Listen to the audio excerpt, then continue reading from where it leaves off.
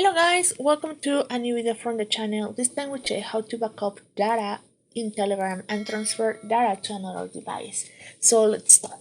So I'm here on Telegram. First let's go to the three lines on the top left corner. Just click here and then let's go to settings. Here on settings, just scroll down and let's go to data and storage.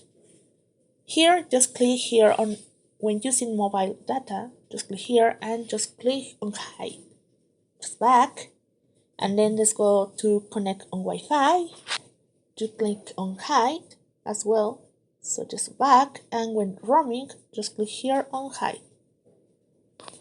So when this happens, all your videos, photos, or everything you share on Telegram will be safe.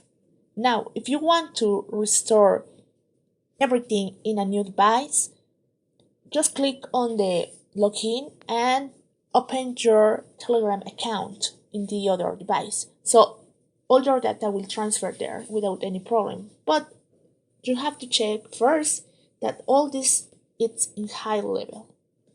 So guys, I hope this works for you. Thank you for watching this video. Remember to subscribe and give thumb up to this video.